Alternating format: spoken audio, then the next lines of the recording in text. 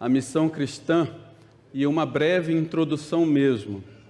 Nem ousei colocar aqui introdução, mas introdução é um termo muito forte para um tema muito profundo que certamente nós precisaríamos aí de muitos meses para dar essa introdução a respeito desse tema. Mas nós vamos falar aqui brevemente sobre a missão cristã, irmãos. E eu queria começar já chamando a atenção de vocês para esse termo, a missão cristã. Eu não coloquei missões cristã e não usei outro termo, mas usei esse, a missão cristã. Obrigado, meu irmão. Nós temos uma missão, meus irmãos. Nós temos uma missão. E orando a Deus, o que o Senhor me orientou, me trouxe para falar desse tema e daquilo que nós vamos colocar aqui, é pelo fato de, nesses últimos tempos, nesses últimos anos, na verdade, nem anos, mas nas últimas décadas, a questão da missão está sofrendo um pouco com a sua definição. E tudo aquilo que é mal definido, nós acabamos também tendo algum prejuízo na sua execução, porque foi mal definido. Então, a minha ideia aqui, brevemente, é passar um pouquinho, e peço desculpa aos irmãos por não aprofundar, não seria possível no nosso tempo aqui, o pastor ia brigar comigo se eu passasse muito, mas é apenas para dar uma ideia bíblico-teológica que vai nos ajudar a compreender uma definição precisa do que a Bíblia diz sobre o que é a missão cristã. E aí, num determinado momento, depois de, com a graça de Deus, expor aos irmãos por meio de uma investigação, nós vamos fazer uma investigação aqui, algumas perguntas. Eu gosto muito de perguntas, né? Acho que é um meio interessante para nós chegarmos a uma compreensão. O Senhor Jesus lidou muito com isso, acho que é um método muito bom. Mas depois de fazer isso, eu vou apresentar para os irmãos um pouquinho desse cenário que trouxe e tem trazido, na verdade, um pouquinho de confusão nessa área de missão, que não é qualquer área. É uma área importante da igreja. A igreja, ela existe para adoração. É para isso que nós existimos, para adorar a Deus. E certamente, em segundo lugar, para cumprir com a missão que Deus nos deu. É muito gostoso o ambiente da igreja, não é verdade? A comunhão, a filadelfia, né, na igreja, os eventos, mas a igreja não existe exatamente para isso. Essas coisas existem na igreja, mas a igreja ela tem uma existência doxológica. Ela tem uma existência de adoração. E para que essa adoração cumpra com a sua missão, a essência da igreja é uma essência missionária. E nós vamos entender um pouquinho dessa definição da missão cristã. Bom, então, por que a missão cristã ela é importante? E eu gosto muito, eu vou usar uma frase que me impactou muito quando eu ouvi a primeira vez, que é a frase desse nosso irmão, pastor Dave Livingstone, missionário no continente africano. Ele foi certamente, não o primeiro, mas ele a chegar no continente africano, não foi o primeiro europeu a chegar lá, mas ele certamente foi o primeiro de desbravadores, exploradores, o primeiro a explorar o interior do continente africano foi um missionário, foi o pastor Dave Livingstone, que recebeu o chamado para sua missão numa igreja presbiteriana na Escócia, quando estava sendo falado a respeito de quem iria para o campo missionário na China, naquela época, e 1800, e o Dave Livingstone era um jovem naquela época. Ele atendeu o chamado e falou: puxa, o Senhor tem me chamado para alcançar os povos em outras terras, mas acabou que ele foi ser o explorador do interior da África. E esse homem, meus irmãos, ele pregou o Evangelho para muitos africanos. Ele morreu no campo. Ele não quis voltar. Ficou doente, pegou malária inúmeras vezes. E numa última, ele já não tinha forças, ofereceram ajuda, mas ele falou, não, eu vou morrer com o meu povo aqui. Eu vou morrer onde o Senhor Jesus me plantou. E ele disse essa frase. Ele disse o seguinte, Deus tem apenas um único filho e fez dele um missionário. Isso é muito forte, irmãos. Isso é muito forte. O Senhor Jesus é o Rei dos Reis, Senhor dos Senhores, é o Príncipe da Paz, Ele é o Sol da Justiça, Ele é o Deus governador, a quem toda a criação é convocada para louvá-lo, mas o Pai fez dele um missionário e enviou o seu Filho para uma missão. E aí, então, nós temos que fazer uma outra pergunta, do que se trata essa missão cristã? E aqui eu tirei esse pequeno trecho do livro do John Piper, esse livro, Alegrem-se os Povos, onde ele diz o seguinte, diz algo muito interessante, profundamente teológico. Ele diz o seguinte, as missões não representam o alvo fundamental da igreja. A adoração, sim. As missões existem porque não há adoração. Ela, sim, é fundamental. Pois Deus é essencial e não o homem. Quando esta era se encerrar, os incontáveis milhões de redimidos estiverem perante o trono de Deus, não haverá mais missões. Elas representam, no momento, uma necessidade temporária, mas a adoração permanece para sempre. A adoração é, portanto, o combustível e a meta de missões, da missão. É a meta de missões porque nelas simplesmente procuramos levar as nações ao júbilo inflamado da glória de Deus. A meta das missões, a meta da missão é a adoração. Meus irmãos, só existe a missão porque não há adoração em todos os lugares. Jundiaí precisa da missão cristã? Eu esperava que vocês dissessem que não. Nós temos uma igreja aqui, 74 anos, pastor, correto? 74 anos plantada aqui nesse lugar, multiplicando a adoração a Deus.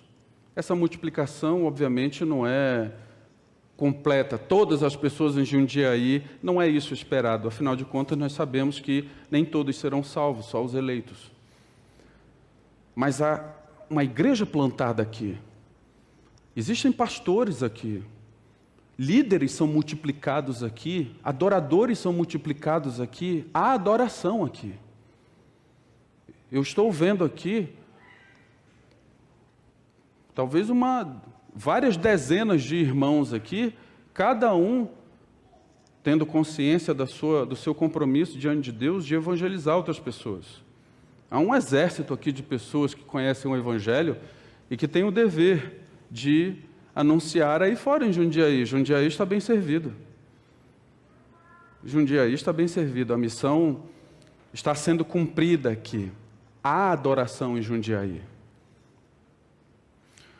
Agora, há adoração nos países curdos, no norte do Iraque? Ali não, em alguns lugares não, em outros quase nada. Ali é preciso missão, porque não há adoradores ali. Ok, então a missão existe onde não há adoração. Isso nós estamos caminhando, vendo aqui, né? Então vamos pensar o que a Bíblia fala sobre essa convocação dos povos, como nós vimos aqui na pregação. Então nós precisamos fazer a missão em lugares onde não há adoração, e esses lugares muitas vezes são transculturais, no norte do Iraque, no Oriente Médio, mas às vezes são urbanos também. Às vezes são urbanos, às vezes nós precisamos fazer missão na periferia aqui de Jundiaí. Eu desconheço, mas estou citando aqui. Precisamos. Deus, não há uma igreja ali, uma igreja fiel, uma igreja onde a palavra é fielmente exposta, onde Deus recebe a adoração, onde adoradores que adorarão a Deus em espírito e em verdade estão sendo multiplicados. Talvez nós precisamos fazer uma missão aqui. Então, ela nem sempre é transcultural, mas ela muitas vezes é transcultural também. Então, se trata de nós convocarmos outras pessoas a adorarem a Deus. Como essa convocação é feita? Essa convocação é feita através de uma mensagem, porque você só pode adorar aquilo que você conhece. Qual o propósito? Alguém, certa vez, já disse que nós temos que tomar muito cuidado. Podemos fazê-lo, mas temos que tomar muito cuidado ao convidar as pessoas indiscriminadamente para vir na igreja ao domingo. Afinal de contas, o domingo é a reunião dos santos para a adoração ao Deus que eles conhecem. O que uma pessoa que não conhece a Deus em nenhum aspecto virá fazer aqui no domingo? É claro, nós podemos, convidar as pessoas, mas que nós façamos juntamente um trabalho de evangelização prévio, ou no mesmo momento, para que aquilo se dê numa verdade para a pessoa. Nós não podemos terceirizar para a igreja, para os domingos, a nossa função de evangelismo, porque as pessoas precisam conhecer a Deus. Isso começa a dar um contorno do que é missão. A missão, ela não está desassociada, ela não pode ser desassociada da pregação do Evangelho, do anúncio de quem Jesus é, conforme Ele nos ensinou.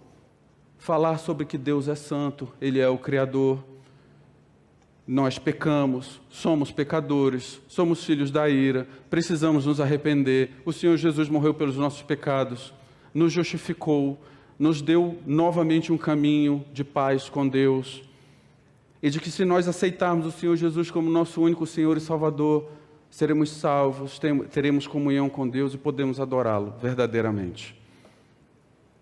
Meus irmãos, nós não podemos abrir mão desse aspecto da missão cristã. A missão cristã, ela não se dá com ação social. Mas nós vamos chegar lá. Então, o que a Bíblia fala a respeito dessa convocação? Então, será que essa ideia a respeito de nós devemos convocar as pessoas a adorar a Deus em todos os lugares, essa é uma ideia bíblica ou é uma mania de grandeza nossa? É uma ideia bíblica. Então, nós temos no Salmo 148, como nós acabamos de ver, toda a terra é convocada. No Salmo 97, diz que a terra inteira deve se alegrar na presença do Senhor. No Salmo 67, louvem-te os povos, ó Deus, louvem todos os povos. Salmo 33, temam o Senhor toda a terra, temam todos os habitantes do mundo. E eu fiz questão de colocar aqui essas referências dos salmos, porque nós falamos dos salmos na exposição bíblica hoje, mas irmãos, a Bíblia inteira fala a respeito de que todo mundo deve adorar a Deus. Porque o nosso Deus não é um Deus entre outros deuses. Nós não adoramos um Deus territorialista. O Deus do Ocidente, o Oriente tem outro. Nós adoramos a um único e verdadeiro Deus. Não existe outro Deus. Não existe outro Deus, irmãos. Você não precisa se constranger a isso. Não vá ferir outras pessoas. Tenha sabedoria, mas não se constranja. A verdade é que o nosso Deus é o único Deus, e esse Deus precisa ser anunciado. Esse outro Deus as pessoas precisam conhecê-lo, para que sejam salvas e se tornem adoradoras. Esse é o caráter da missão cristã. Por isso Deus fez o seu Filho um missionário. Deus não fez de Jesus um missionário para que ele viesse aqui multiplicar pães. Jesus não veio aqui para curar as pessoas das suas mazelas físicas, sociais. Jesus não veio aqui para isso, irmãos. Contudo, em conversas, nós temos visto as pessoas usando esse Jesus. Jesus veio aqui curar o mundo e tal. Não. Jesus veio aqui salvar o seu povo, ele veio aqui cumprir com uma missão que ele combinou com o Pai.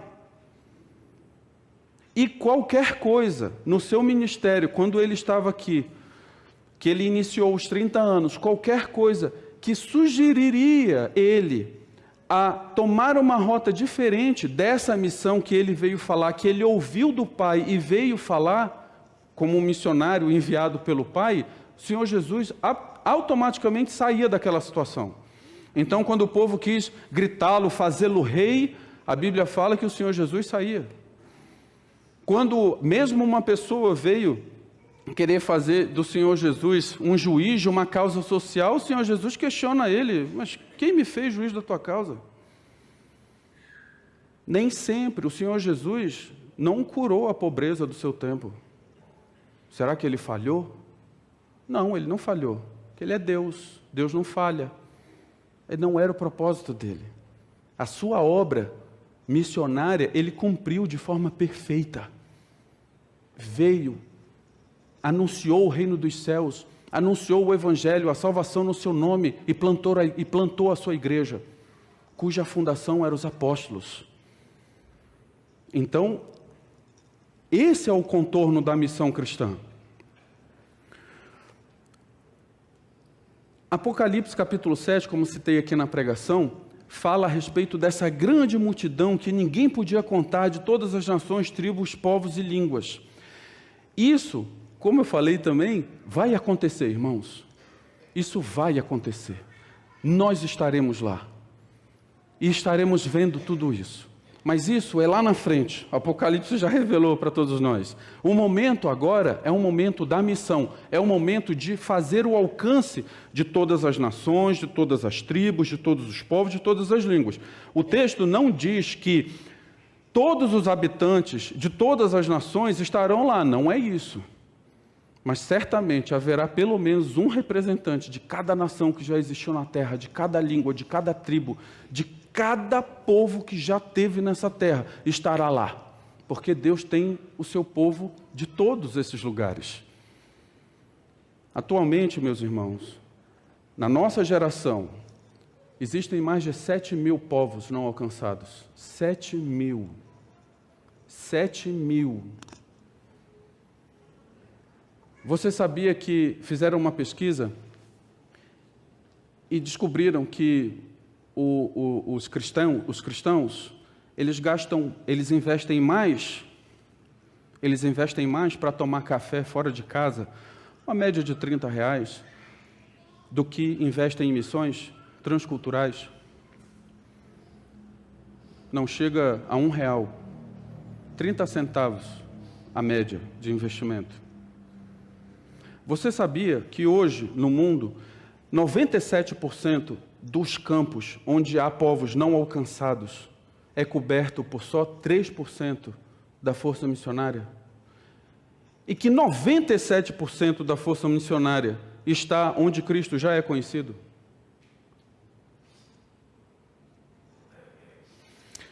Bom, vamos seguir. Nós estamos agora no momento de Mateus 28, 18 a 20. Nós estamos aqui, este é o texto magno sobre a missão cristã.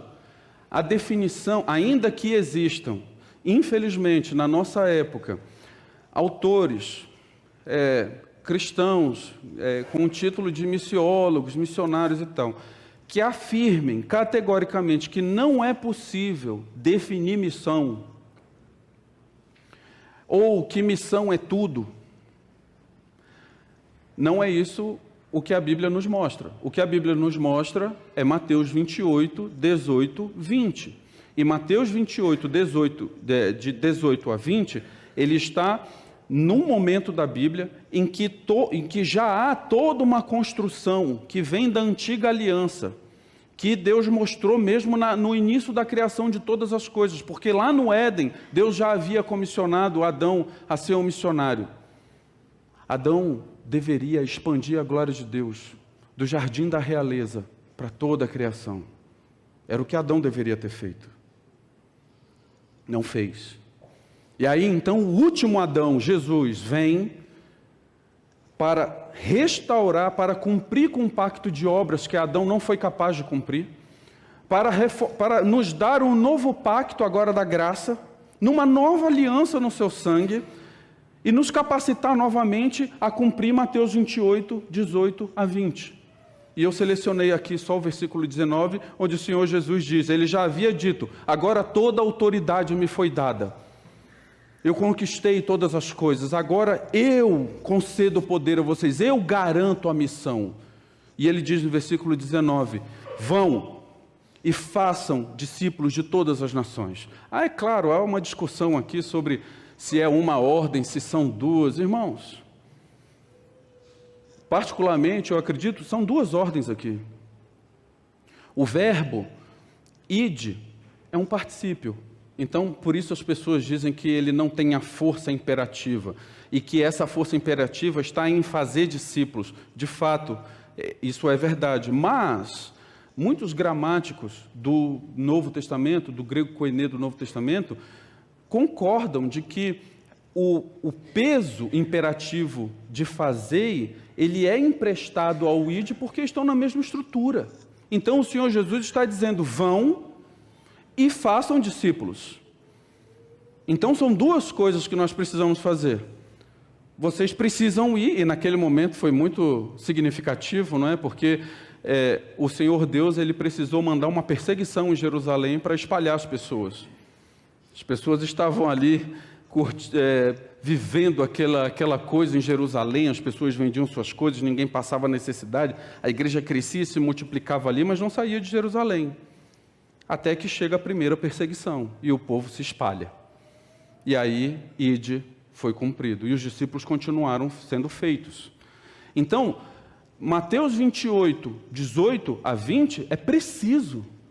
E ele confirma toda uma teologia que já foi estabelecida no Antigo Testamento. Deus enviou o seu filho, Deus enviou Adão, Deus enviou Abraão, Deus enviou Moisés, Deus enviou os profetas, sempre para cumprir uma missão em seu nome. E essa missão costumeiramente tinha a ver com a palavra pregada. Bom, vamos seguir aqui na nossa investigação. O fato é que essa adoração, ela foi prejudicada. E aí, qual o resultado disso da queda, né, dessa convocação à adoração? Olha, o conhecimento pleno e puro de Deus não é mais natural. O homem perdeu esse conhecimento. Naquele momento ali, o homem perdeu a comunhão com Deus e ninguém que nasce, que não conhece Jesus, tem esse conhecimento, esse relacionamento com Deus. Outra coisa que aconteceu é que a lei escrita no coração não leva mais o homem a servir e a adorar a Deus. Então, essa é uma das causas que vão nos mostrando, teologicamente, que o formato da missão cristã tem a ver com recuperar a consciência, o conhecimento da imagem perdida. Na verdade, não é correto dizer que a imagem foi perdida. A imagem não é perdida. A queda não eliminou a imagem de Deus do ser humano. Ela foi distorcida, mas ela está lá. E essa é a esperança da missão. As pessoas conhecem a Deus, a imagem está lá. E o Evangelho, somente o Evangelho, não a ação social, não o seu carinho, não o seu testemunho, só o Evangelho é o poder de Deus para a salvação de todo aquele que crê. Só o Evangelho é a chave restauradora para religar novamente a lei escrita de Deus no coração do homem e torná-lo um adorador novamente. Então, é isso que nós estamos vendo aqui. O pacto de obras tornou-se inútil, né? É sempre muito bom lembrar. Todo ser humano está numa relação pactual com Deus, irmãos. Todo ser humano está numa relação pactual com Deus. O que importa saber é se você está numa relação pelo pacto da graça ou pelo pacto de obras. Pelo pacto de obras, que se tornou inútil, você sabe, é impossível. Só Jesus conseguiu. Só Jesus conseguiu perfeitamente cumprir e entregar perfeitamente a obra ao Pai. Ninguém mais consegue. As pessoas serão julgadas por não conseguirem. Mas pelo pacto da graça, nós somos justificados pelo Senhor Deus. A sua justiça é atribuída a nós. Então, é o que basta saber e é o que nos motiva a tirar as pessoas dessa condição de autocondenação. A Bíblia fala, todo aquele que não crer, todo aquele que crer no Senhor Jesus e for batizado, será salvo. Todo aquele que não crer, já está condenado. É isso que é o ensino bíblico. E é preciso uma ação unilateral de Deus em direção ao homem para resgatá-lo. A nossa confissão de fé, no capítulo 7, no parágrafo 3, fala, isso daqui é muito interessante para ajudar na nossa investigação. Diz o seguinte: tendo-se o homem tornado pela sua queda incapaz de ter vida por meio deste pacto, o Senhor dignou-se a fazer um segundo pacto, geralmente chamado de pacto da graça. Neste pacto da graça, ele livremente oferece aos pecadores a vida e a salvação por meio de Jesus Cristo, exigindo deles a fé, para que sejam salvos e prometendo o seu Santo Espírito a todos que estão ordenados para a vida, a fim de dispô-los e habilitá-los a crer. Meus irmãos, então como é que isso acontece? Por meio de uma mensagem, que é uma pessoa. O Evangelho é Jesus. O que acontece em termos práticos é que nós não temos Jesus aqui. Ele está lá e de lá ele voltará, mais uma vez, para nos buscar. Mas ele não está aqui e fala, olha, esse é Jesus, quero te apresentar. Não, nós fazemos isso, a introdução, a apresentação de Jesus, por meio de uma mensagem, que nós sabemos qual é, o Evangelho. Isso tem que ficar absolutamente claro, meus irmãos. Nós não cumprimos a missão quando nós oferecemos um prato de comida a uma pessoa que está com fome. Nós devemos fazer isso. A caridade é um aspecto do nosso testemunho cristão. Nós devemos fazer isso. E não quero desanimar ou desencorajar as pessoas que têm esse dom da misericórdia de fazê-lo porque, não estou fazendo algo relevante. Está sim. Mas é importante nós definirmos as coisas, porque se nós também acharmos que fazer a obra social é missão teologicamente posta, como nós estamos investigando aqui, nós estamos enganados. E, aliás, já existe o fruto disso, porque o fruto disso é que muitas pessoas investem em obras sociais e as pessoas estão enchendo sua barriga, tomando banho, catando o piolho da cabeça das pessoas e não está gerando novos adoradores. Porque as pessoas não estão conhecendo a verdade, não conhecem Jesus. As pessoas estão recebendo um carinho humano necessário, a igreja pode fazer isso, deve fazer isso, mas isso não é a missão. A missão,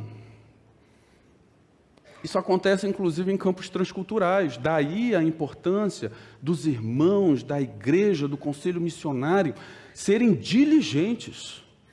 Chegou aqui uma proposta aqui, diligentes, deixa eu ver se isso está dentro das marcas, se o que está sendo feito transculturalmente ou aqui e tal, está sendo pregado, as pessoas sabem quem é Jesus, ou está distribuindo cesta básica, as pessoas estão se reunindo, a pessoa está fazendo pão, está sendo carpinteiro. Lembram dos dados que eu falei há pouco? Meus irmãos, é o dinheiro do Senhor, é a missão do Senhor, não é nossa. Nós fazemos para que Ele seja adorado e não para que nós tenhamos, as pessoas gostem da gente. Esse livro, muito interessante, o pastor Joel Bick, o Mark Jones, ele tem uma citação citando um pregador puritano, que é o Peter Buckley, e ele fala uma coisa maravilhosa. Ele diz que a possibilidade do resgate da imagem de Deus nasceu de uma aliança firmada primeiro entre o Pai e o Filho, na eternidade. Não é o plano B de Deus. Quando o Senhor Deus permitiu a queda, ordenou a queda, já estava ordenada a missão. E a missão era essa. O Pai envia o Filho. E não foi o puritano aqui que inventou isso, tirou da cabeça dele. Ele está totalmente apoiado em Apocalipse 13:8, que diz que o Cordeiro foi imolado na eternidade. O Cordeiro foi imolado na eternidade. A missão foi planejada na eternidade. E ela foi planejada nesses termos. Que as pessoas conheceriam ao seu Salvador, ao seu Criador, por meio da mensagem. Por meio da mensagem. E não por outra ação. As outras ações podem nos ajudar a abrir as portas para pregar a mensagem, mas as outras coisas não são a mensagem. Vamos seguir. Então, a missão no Antigo Testamento, como eu já havia falado, vou passar rapidamente por aqui, nós temos várias vezes isso. O envio do Salvador, Gênesis 3,15, em teologia nós chamamos isso de proto-evangelho. É a primeira vez que o Salvador é prometido. O Senhor Deus promete, a semente da mulher virá, esmagará a cabeça da serpente. Nós chamamos isso de proto-evangelho, mas ali já há o envio e uma tarefa que esse enviado cumprirá. Deus enviou Abraão, Gênesis 12, 1, 3, é uma passagem importantíssima para a teologia bíblica de missões, porque Deus envia Abraão para que ele, como um enviado, se tornasse bênção para todas as famílias da terra. E ele, a partir dele, nasce, o Senhor Deus cria a nação de Israel, que no Antigo Testamento tinha a função de ser luz para as nações. E, evidentemente, nós conhecemos muito a história e sabemos que Israel falhou várias vezes, mas Deus não deixou de cumprir com o seu propósito missionário. Nesse livro aqui, o teólogo Walter Kaiser Jr., ele diz uma coisa maravilhosa a respeito da nação de Israel como enviada. Naquele exílio, foi enviada para o exílio, para a Babilônia, lembram? E ali, que era uma derrota total para a nação, porque eles não haviam cumprido com quase nada do que Deus havia estabelecido, especificamente, por exemplo, com a lei do jubileu, escarneceram a Deus, se tornaram uma nação muitas vezes mais ímpia do que os ímpios que viviam em torno deles, mas Deus vai lá, pune eles, faz o castigo, e nesse castigo Deus cumpre com o seu propósito, que ele havia dado ao enviar Abraão, para abençoar todas as famílias da terra. E o teólogo Walter Kaiser, ele cunha dessa forma, ele diz: finalmente, Yahvé deve enviar seu povo para o exílio para que eles ajam de acordo com o seu desejo, de que a nação de Israel seja seu agente pelo qual ela possa abençoar todas as famílias da terra. Primeiro houve o exílio assírio das 10 tribos do norte de Israel em 721, e depois o exílio babilônico de Judá em 586. Por meio dessas diásporas ou espalhamentos, a palavra de Deus acabaria sendo disseminada por grandes partes do mundo daqueles dias, e aconteceu, meus irmãos.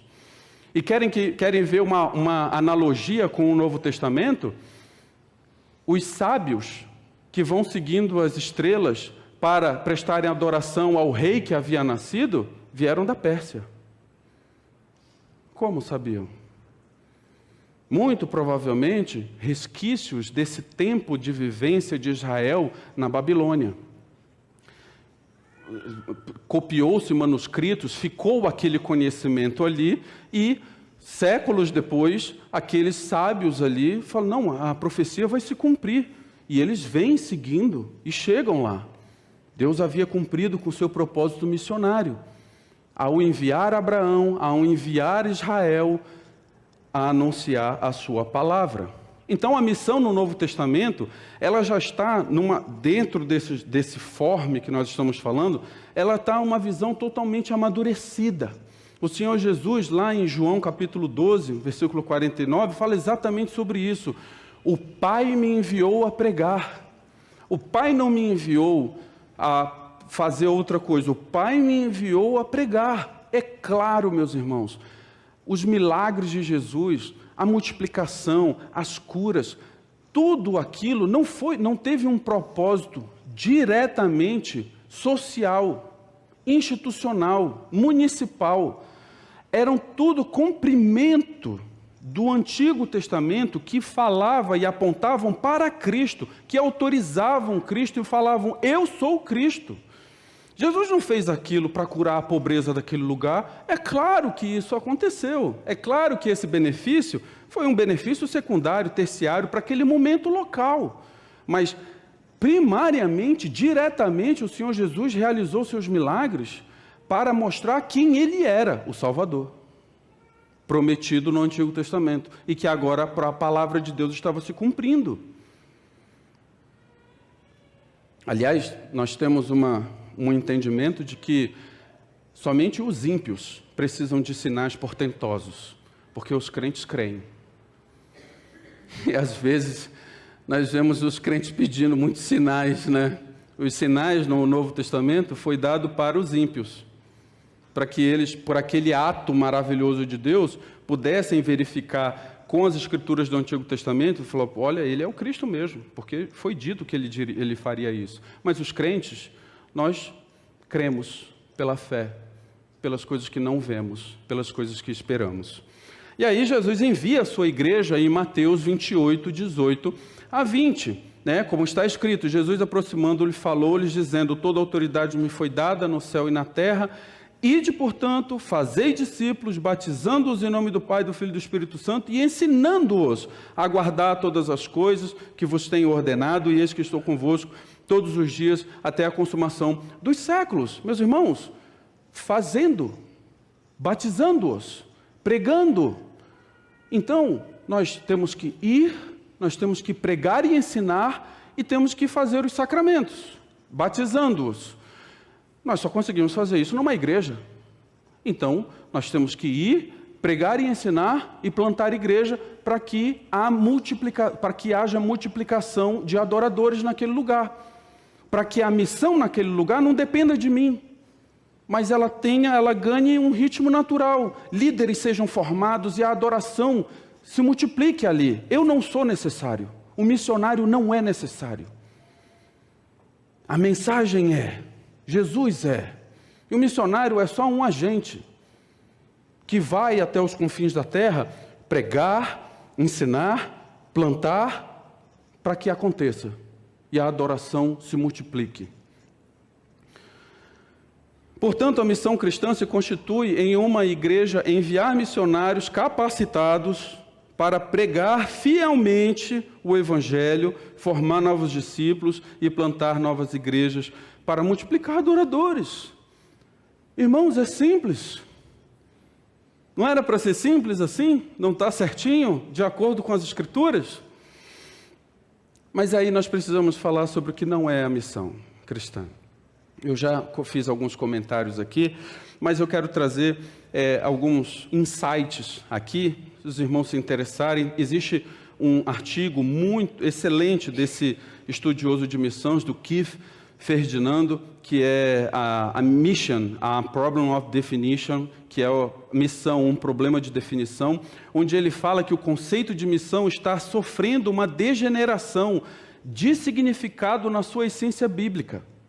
E aí, como eu disse para os irmãos, e aqui trago uma outra citação desse livro, os autores aqui concordam de que missão biblicamente é enviar, pregar, ensinar, plantar igreja, mas eles trazem um recorte que representa um pensamento dos evangélicos, em muitos lugares do mundo, inclusive no Brasil, talvez principalmente no Brasil. Ele diz o seguinte: costumava acontecer que a palavra missão se referia muito restritamente a cristãos enviados a outras culturas, a fim de converter os não cristãos e plantar igrejas.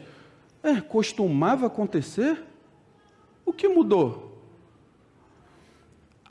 Agora, porém, missão é entendido muito mais amplamente. Administração do ambiente é missão. Pergunta, irmãos, como é que salvar uma árvore fará as pessoas se arrependerem de seus pecados e confessarem Jesus como Senhor e Salvador de suas vidas? Como é que resgatar animais será isso? E deixe-me falar uma coisa, tenho nada contra as árvores e os animais. Na verdade, eu e a minha esposa, nós amamos a natureza. Nossa, quem nos conhece aqui, o William e a Mirella sabem. Nós amamos cachorro, ixi, a gente ama demais. Mas eu tenho que ser consciente com a instrução bíblica. E salvar a floresta e os animais não é missão. Não é missão, irmãos. Missão é pregar o Evangelho. E aí diz a citação de administração do ambiente é missão, renovação da comunidade é missão, abençoar a vizinhança é missão, missão aqui, missão é lá, missão é em todo lugar. Todos somos missionários. Poxa, que bonito. Não é verdade? Uma coisa que une as pessoas, bonito, mas não é bíblico. Porque missão não é tudo. Todos não são missionários. Todo cristão deve evangelizar. Todo cristão, mas isso é uma questão de testemunho. Testemunho é uma coisa, missão é outra. Testemunho todos devem fazer, todos devem exercer boa mordomia com a criação de Deus. Quando você protege uma árvore, você protege, não é uma árvore do governo, do município ou do quintal do seu vizinho. A árvore é de Deus. Deus é o criador da árvore. Nós somos cristãos, filhos de Deus, e cuidamos da árvore. Os nossos cachorrinhos, gatos, animais, igual a mesma coisa, mas isso é testemunho cristão, irmãos. Testemunho é uma coisa, missão é especificamente outra.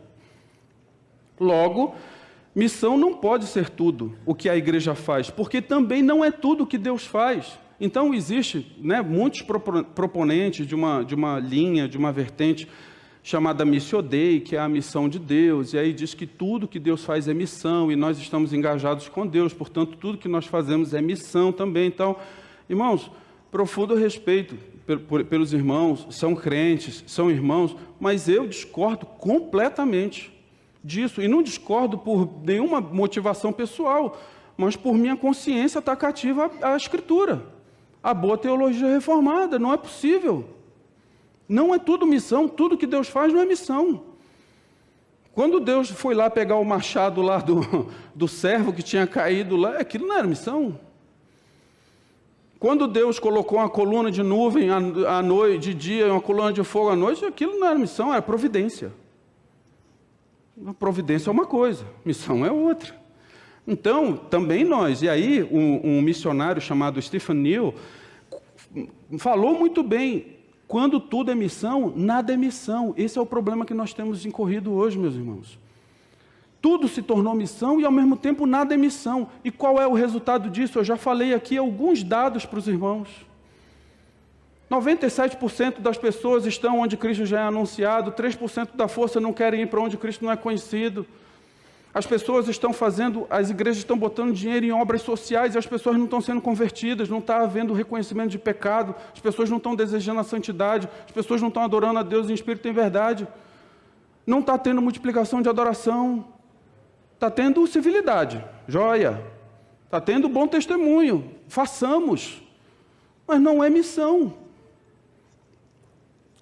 Então, eu queria rapidamente aqui, finalizando, agora que já fizemos uma investigação teológica a respeito dos moldes do que é a missão cristã, eu queria colocar aqui alguns pontos, aspectos, para que depois os irmãos também, se tiverem curiosidade, confiram vocês mesmos, de posse do que é o conhecimento teológico saudável a respeito de missão e sobre aquilo que é proposto. Então, algumas coisas referentes à Missio Dei. Ela nasceu na conferência de Edimburgo, em 1952, uma segunda parte que teve, foi interrompida pela guerra, e aí ela foi cunhada ali, O Karl Barth era um teólogo que ajudou isso a acontecer. Ela surgiu muito por um contexto social que estava muito presente na época, O modelo missional ocidental, naquele momento, estava falido por causa da guerra.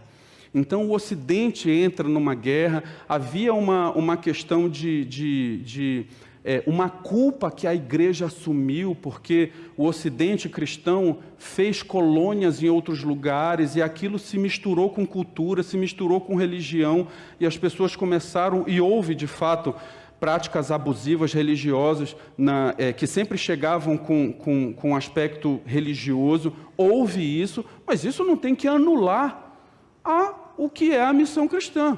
O que foi feito de forma errada, nós reconhecemos e não fazemos mais. Mas a missão cristã continua sendo ir em algum lugar e anunciar Deus onde Ele não é conhecido, para que adoradores tenham ali. Então, essas coisas aconteceu. Algo que é marcante dessa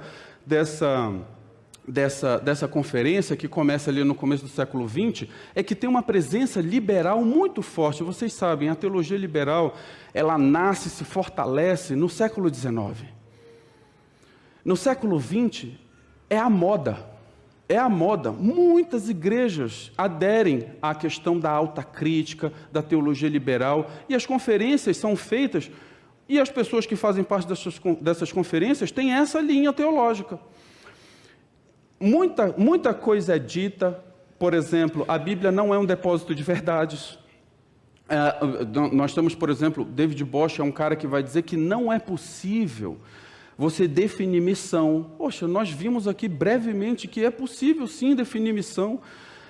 O entendimento geral é que pregar o evangelho não é a única coisa, nem a mais importante que a igreja deve fazer. Meus irmãos, isso está cunhado em literatura, que vocês têm acesso, isso está dito por aí daquela forma bonitinha que eu acabei de dizer. Todos somos missionários, nós temos que fazer a missão de Deus. E a Missio Dei também eliminou a diferença entre graça comum e graça especial. Sabe por que isso é perigoso? Porque eu vou dizer uma coisa para você: só um crente pode pregar o evangelho. Só um crente verdadeiramente nascido de novo pode pregar o evangelho. Um ímpio não pode, porque ele não conhece, ele não tem o Espírito Santo. Como ele pode pregar? Não, mas dando um prato de comida. Não pode. Porque dar um prato de comida, fazer uma ação social, qualquer um faz, irmãos. Qualquer ateu que é um bom cidadão faz. Qualquer pessoa e não acredita em Deus, que tem outras ideologias, comportamentos diferentes, que são pecaminosos, né? Qualquer pessoa pode fazer uma boa ação, pode ser um bom cidadão, mas ele não pode pregar o evangelho, só o crente. Só nós podemos fazer isso. A Missio Dei eliminou a diferença entre graça comum e a graça especial. A missão pode ser desde distribuir comida para os pobres até dar aula de educação financeira. Não pode, porque, de novo, qualquer um pode fazer isso. Nós, como igreja, devemos fazer isso? Podemos fazer? Sim, podemos e devemos, desde que saibamos que isso é testemunho, não é missão. Porque missão compreende em anunciar Cristo. Podemos usar ações sociais e educação financeira como um meio para pregar Jesus Cristo? Devemos, isso é estratégia missionária, tudo bem, nós devemos, mas não podemos ficar só aí. E às vezes nós temos visto as pessoas ficarem só nisso. Às vezes a pessoa vai para um país e fala assim: eu vou lá, vou abrir vou dar qualquer exemplo, tá, irmãos? Não estou me referindo a ninguém aqui, porque eu não conheço, por isso que eu vou citar qualquer um. Vou abrir uma padaria em tal lugar. Ok. Aí, vai fazer pão até quando? Vai pregar quando? Porque abrir alguma coisa em algum lugar dá muito trabalho, né? Você empreendedor, quem é empreendedor aqui, em outro país ainda, em que momento vai pregar o evangelho, vai sair na rua, vai viver, como é? Tudo isso precisa cair no nosso escrutínio, irmãos. Nós precisamos ter isso sedimentado na nossa cabeça. Quem está falando isso para vocês é alguém que, com a graça de Deus, vai para o campo missionário. E eu gostaria que os irmãos, a igreja, tivesse esse zelo teológico para me colocar sob escrutínio. Sabendo, o irmão vai fazer a missão de verdade ou vai... Como é que é? Consequências do movimento missional é que houve um desprezo pelos confins da terra, como eu falei para os irmãos, há muita ação local, mas houve... Meus irmãos, nem 5% dos crentes no Brasil, nós somos quase 90 milhões, nem 5% dessa massa toda quer ir para os campos transculturais. E como eu disse, 7 mil povos ainda precisam, 3%. Então, assim, houve um desprezo, porque as pessoas se acomodaram de que, poxa, eu posso fazer aqui, posso... Então, essa é uma consequência. Outra coisa é o profundo enfraquecimento da pregação do Evangelho, porque se eu posso fazer uma sopa para dar, eu não vou me empenhar teologicamente. E convenhamos aqui, o estudo teológico é algo que todos aqui devem fazer, todos. Todos. A palavra não foi dada para pastores, a palavra foi dada para o povo de Deus. Vocês são um povo de Deus. Então, precisam fazer. Né? Às vezes a gente coloca a nossa força só naquelas práticas sociais, né? A primazia da ação e do empenho social em relação ao evangelismo, a redução do envio missionário para os campos transculturais e uma profunda perda de qualidade missionária nos campos transculturais, porque isso já está acontecendo. Muitos campos não frutificam porque não há palavra. Há ação, há a escola de futebol, a padaria, a marcenaria, há tudo, mas não há evangelho, não há ensino. Não há multiplicação, os campos não florescem. Então, o conceito da missão cristã é diferente do conceito do testemunho cristã. A missão, meus irmãos, esse é o último slide. A missão cristã, ela é doxológica. ela é uma missão para a adoração a Deus. E a adoração a Deus só é possível mediante o conhecimento de Deus. Somente isso. O conceito consiste em multiplicar os adoradores e expandir o reino até que ele volte. Meus irmãos, que Deus abençoe vocês, abençoe a igreja. Pastor, quando eu falei com o pastor William, ele disse, olha, irmão, vai lá, apresenta o projeto de vocês também. Eu falei, vixe, não, tá bom, pastor, obrigado. Mas eu sabia que não iria dar tempo e certamente eu iria preferir muito poder expor a palavra com o perdão já do pastor, porque sei que já passei, e dos irmãos também pela paciência, e de deixar aqui essa palavra da Escola Bíblica Dominical.